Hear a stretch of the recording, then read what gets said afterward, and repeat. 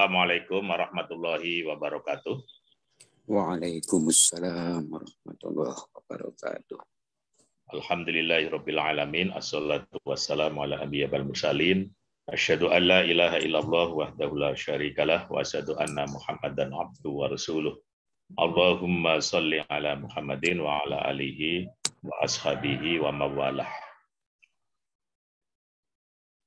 Para jamaah ngabuburit Ramadan yang bisa hadir pada sore ini, salah satu dari tujuan puasa dikatakan la'allakum tashkurun, agar kalian bersyukur kepada Allah SWT. Memang salah satu dari makna kita berpuasa adalah kita bersyukur, latihan bersyukur kepada Allah SWT. Untuk itu pada sore ini kita akan berbincang-bincang seputar puasa adalah tanda syukur kepada Allah, dan kita sudah mendatangkan narasumber yang cukup hebat juga pada sore ini, Bapak Haji Heru Syafruddin Amali, Sarjana Agama, Magister Pendidikan Islam, yang sehari-hari banyak berkecimpung di dunia dakwah yang sudah melanglang buana kemana-mana. Assalamualaikum Mas Heru. Waalaikumsalam warahmatullahi wabarakatuh. Dalam waktu 20 menit ke depan, monggo Mas Heru bisa menjelaskan bahwa puasa kita merupakan tanda kita bersyukur kepada Allah SWT. Monggo silakan Mas Heru. Terima kasih Pak Hamim. Assalamualaikum warahmatullahi wabarakatuh. Waalaikumsalam warahmatullahi wabarakatuh. Alhamdulillahirabbil alamin, wassalatu wassalamu ala asyrofil mursalin Muhammadi wa ala alihi wa sahbihi ajma'in. Allahumma sholli ala Muhammad wa ala ali Muhammad. Kepada Bapak, Ibu, dan Saudara yang telah tergabung pada sore hari ini dalam acara ngabuburit ini yang telah dimuliakan oleh Allah, mari kita bersama-sama mengawali kajian sore ini dengan memanjatkan syukur kehadirat Allah Subhanahu wa Ta'ala yang telah melimpahkan nikmat, rahmat, dan barokahnya sehingga kita dikarunia kesehatan dan juga kesempatan untuk dapat bersama-sama kita belajar mengenai puasa Ramadan yang saat ini kita laksanakan dengan rangkaian amal-amal ibadah lain pada bulan yang penuh barokah, Syahrul Mubarak, bulan Ramadan. Nah, pada kesempatan kali ini langsung saja saya sampaikan sesuai dengan tadi judul kita, siam atau puasa adalah tanda syukur kepada Allah. Judul ini saya ambil dari sebuah kitab yang ditulis oleh Rektor Universitas Al-Azhar Kairo tahun 50-an. Kitabnya itu namanya Kitab Shaumu Ramadan. Nah, dalam kitab itu Profesor Syekh Abdurrahman Taj itu menegaskan bahwa siam atau puasa adalah tanda syukur kepada Allah. Nah, kemudian dari situ ada juga Rektor Universitas Al-Azhar Kairo. Kalau tadi yang tahun 50-an, sekarang yang berikutnya, tahun berikutnya itu namanya Profesor Dr. Mahmud Syatut. Mungkin kita sudah banyak yang mengenal ya. Nah, Profesor Mahmud Syatut mengatakan bahwa Ramadan itu sebagai bulan meletusnya revolusi Samawiyah. Apa ini maksudnya? Yaitu bukti kebenaran dari Allah yang Maha Kuasa. Kebenaran itu menghancurkan segala kebatilan. Kalau kita rujuk pada Al-Quran, Allah menegaskan dengan firman-Nya, A'udzubillahi minasyaitonirrajim, wa qul ja'al haqqu wa zahaqal batil, innal batila kana zahuqa. Nah, ini dalam surat Al-Isra ya. Kalau yang benar telah datang, ja'al haq wa zahaqal batil, maka yang batil akan sirna. Innal batila kana zahuqa. Kemudian saya ingin mencoba untuk mensyukuri nikmat, karena tadi disebut oleh Prof. Abdurrahman Taj tadi bahwa puasa itu atau siam itu tanda syukur, maka kita mencari, coba sekarang kita cari tanda kesyukuran khususnya untuk kita yang berada di Yogyakarta. Walaupun ini berlaku umum untuk siapa saja, tapi kebetulan lokasinya itu di Kesultanan Mataram Islam, Ngayogyakarta, Hadiningrat. Nah, saya ingin mencoba untuk melihat dari sebelumnya, dari awal Kesultanan ya, ketika masih dipimpin oleh Sultan Agung Hanyokro Kusumo. Nanti ingin saya sampaikan ada beberapa orang yang ditetapkan sebagai pahlawan nasional dari Kesultanan ya, dari keraton. Kalau dari luar keraton di Jogja itu cukup banyak, tapi di sini kita batasi yang ingin saya sampaikan sore ini yaitu dari keraton. Ada 5 orang ya, Sultan Agung Hanyokro Kusumo, dilanjutkan Sultan Hamengkubuwono I, kemudian Pangeran Diponegoro itu putra dari Sultan Hamengkubuwono III, dan yang keempat Kiai Haji Ahmad Dahlan itu ketika Sultan Hamengkubuwono VII. Kemudian yang kelima itu Sultan Hamengkubuwono IX. Nah, dari 5 orang ini kita bersyukur kepada Allah karena apa? Aura dan energi, pancaran kekuatan karomah yang Allah berikan pada beliau-beliau itu sampai sekarang masih diberikan oleh Allah pada kita. Sehingga betul-betul Syahrul Mubarak, bulan yang penuh barokah ini, kita bisa mengkaji ulang, mencermati, dan meletakkan secara benar. Contoh, Sultan Agung Hanyokro Kusumo itu terkenal peletak dasar ilmu kejawen, ilmu Jawa. Kemudian beliau itu mengurai atau memberikan pada kita warisan ilmu dari aksara Jawa yang dibawa oleh Aji Saka itu namanya Hono Coroko. Nah, maka kita kaji dan kita letakkan yang benar. Sebab selama ini kebanyakan pemahamannya itu diputar balikkan. Contoh, orang memahami dari Sultan Agung Hanyokro Kusumo ini, ilmu kejawennya kemudian terus diturunkan sampai kepada keturunan yang itu enggak ada hubungannya, tapi banyak saya baca di tulisan-tulisan ketika saya tanya sumbernya, dia juga enggak. Padahal maksudnya dari Hono Coroko itu, Sultan Agung kan mengambil terutama karena banyak ilmu yang disampaikan ya. Nah, salah satunya adalah ilmu yang bersumber dari 20 sifat wajib Allah. Itu mencerminkan masing-masing huruf dari aksara Jawa itu. Nah, kemudian ilmu kejawennya jangan sampai keliru. Sekarang ini kemudian diarahkan menjadi apa? Menjadi Islam Jawa atau Islam Nusantara. Karena ini dari Sultan Agung itu. Nah, itu nggak benar. Harusnya gimana yang betul? Diwalik, yaitu bukan Islam Jawa atau Islam budaya Jawa, tapi apa? Tapi religious culture. Jadi apa namanya itu? Budaya agama. Jadi budaya Islam. Jadi budaya Jawa yang Islami. Itu yang nanti perlu kita kaji bareng-bareng kalau kita mau diskusi ya. Karena ini waktunya singkat. Pak Amim nanti sampai jam 8 berapa tadi? Ya, nanti kira-kira 15 menit lagi Mas Heru. Oh iya. Nah, jadi ini pengantar. Nanti kalau kelewatan diingatkan. Yeah. Kemudian berikutnya ya, jadi tadi saya sampaikan ilmu Jawa itu, tolong nanti kita bareng-bareng mengkaji ulang. Dari Sultan Agung itu banyak ilmunya. Hono Coroko saja itu sudah ada bermacam-macam cabang ilmu. Tapi di sini kan fokus kepada meletakkan bukan Islam Jawa, tapi Jawa Islam. Maksudnya orang Jawa yang Islami. Dan itu nanti kita oncei, kita urek, kita cari bagaimana implementasi.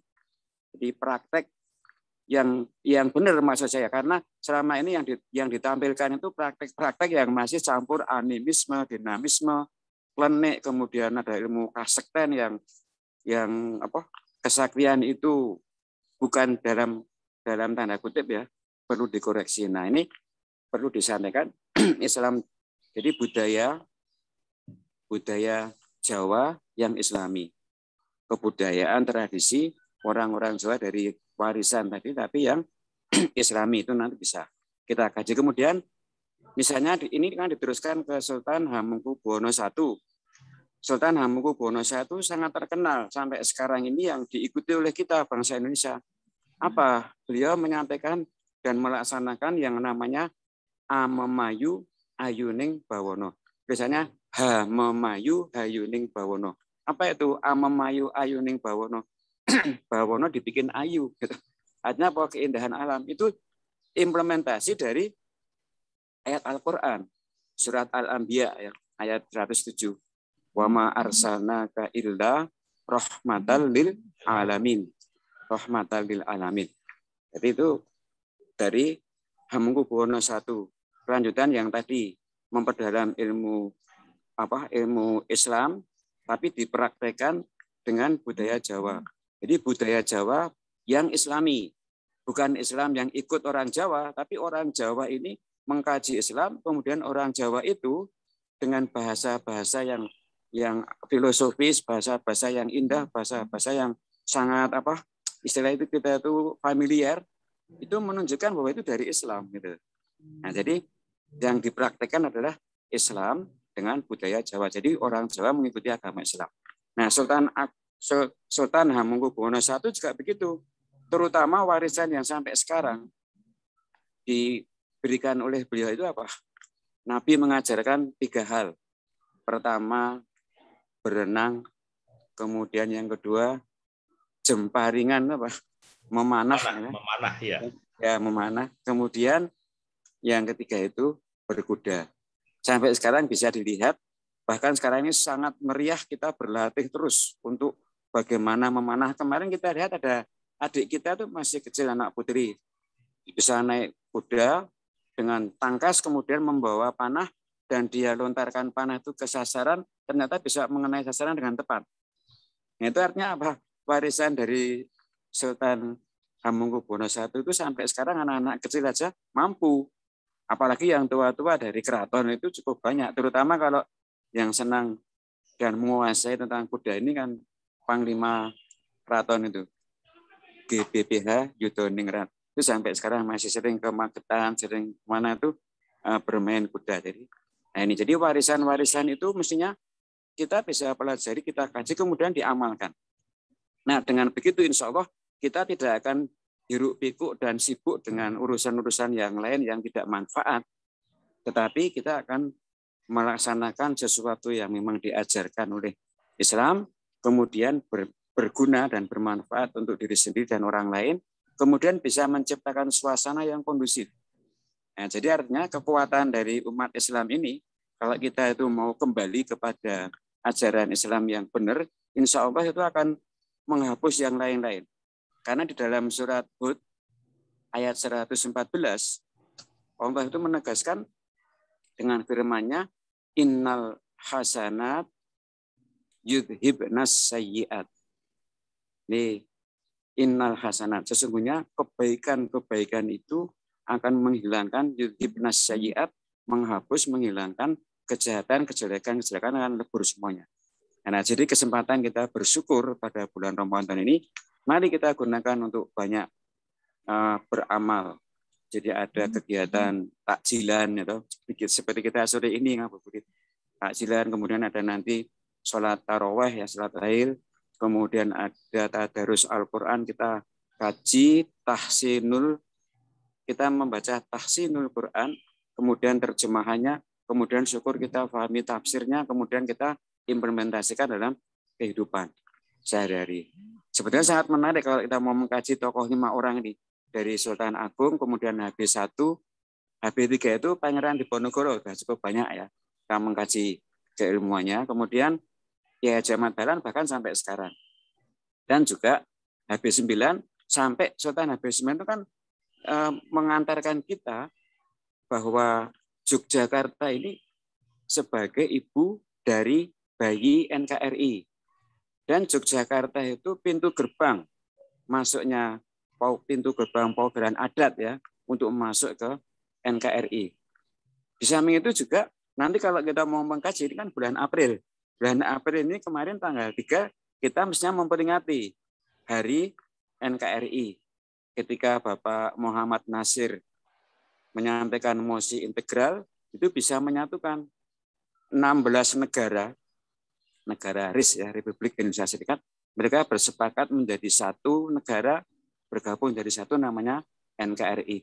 Nah ini hal-hal yang positif kayak gini mestinya kita ungkap, kemudian kita ramaikan, kita viralkan, sehingga ini akan mempengaruhi energi dan aura masing-masing orang, kemudian energi positifnya itu akan berpengaruh dan itu akan menghilangkan fitnah-fitnah yang saat ini banyak didengungkan, itu akan hilang semuanya. Sayyi'at itu akan hilang ketika kita mampu mengungkap tentang bagaimana peran umat Islam pendahulu kita seperti Pak Nasir tadi. Kemudian ada juga tokoh-tokoh yang pahlawan dari keraton yang sekarang ini sedang diusulkan dalam proses itu, Sultan Hamengkubuwono II. Beliau ini menulis kitab pusaka keraton, namanya kitab Suryo Rojo ya. Itu ada dua kitab, masing-masing 750 halaman. Jadi kalau dua ya 1.500 halaman. Nah, ini kalau kita bisa dan boleh, karena ini namanya pusaka, sering-sering hanya disimpan. Tapi kalau kita kaji kan bisa kita sampaikan kepada masyarakat umum mengenai kemanfaatan atau mengenai warisan perjuangan dari pendahulu kita yang semuanya itu untuk kepentingan masyarakat yang lebih baik. Jadi untuk tadi rahmatan lil alamin, untuk amemayu ayuning bawono, biar kita tenang, tenteram, dan kemudian secara menjadi kondusif. Kemudian Bapak Ibu sekalian dan jamaah yang bergabung dalam Zoom meeting ini, itu yang sementara saya sampaikan. Kemudian untuk yang lain-lain tadi, kesyukuran kita ini bisa dimanfaatkan selain kita mengkaji, juga dalam memberikan solusi ketika terjadi wabah dan musibah. Nah itu nanti disampaikan juga perlu kita kaji ulang, kita kaji bersama-sama bagaimana kekuatan iman, kekuatan amal soleh dari warisan pendahulu kita dalam memberikan solusi, menjawab ketika kita diberi ujian Allah, wabah dan musibah. Karena sakit dan sehat semua pemberian Allah yang kita wajib bersyukur, kemudian ikhtiar berdoa dan memohon penyakitnya segera diangkat dan dikembalikan ke tempatnya kalau kita sakit. Demikian juga ketika sehat kita juga bersyukur memanfaatkan kesehatan untuk kegiatan-kegiatan yang positif. Saya kira begitu sementara yang dapat saya sampaikan. Terima kasih. Saya kembalikan ke Pak Hamim. Terima kasih Mas Heru. Saya kira kajian yang sangat mendasar ya, dan ini di samping kesyukuran juga ada kita akan mengungkap peristiwa historis ya, bagaimana perjuangan di termasuk juga Keraton Yogyakarta dan sebagainya. Dan mungkin nanti pada kesempatan yang akan datang kita minta waktunya lagi kepada Pak Heru untuk menyampaikan materi yang berikutnya, karena pada sore ini kelihatannya waktu kita sudah tidak memungkinkan lagi untuk dilanjutkan. Dan terima kasih sekali lagi Mas Heru atas kajiannya. Kita nanti masih minta waktunya yang akan datang Mas Heru. Dan selamat berbuka puasa bagi yang sedang berpuasa. Semoga puasa kita diterima oleh Allah SWT dan kita akan menjadi orang yang meraih kemenangan. Masih. Assalamualaikum warahmatullahi wabarakatuh. Waalaikumsalam warahmatullahi wabarakatuh.